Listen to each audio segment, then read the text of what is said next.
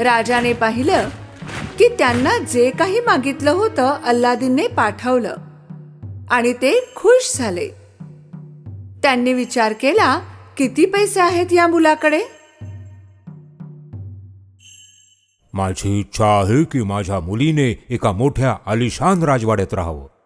जर तसं असेल तरच मी माझ्या मुलीचं लग्न करेन. अल्लादीनने राजाची इच्छा जिनीला सांगितली. जिनीने पुन्हा टाळी वाजवली आणि तेव्हाच एक दिमाखदार महाल त्याच्या समोर उभा राहिला. अल्लादीनला विश्वास बसत नव्हता. राजाला वाटले की अल्लादीनपेक्षा श्रीमंत मुलगा कधीच मिळणार नाही. त्यांचं लग्न धूमधडाक्यात झालं.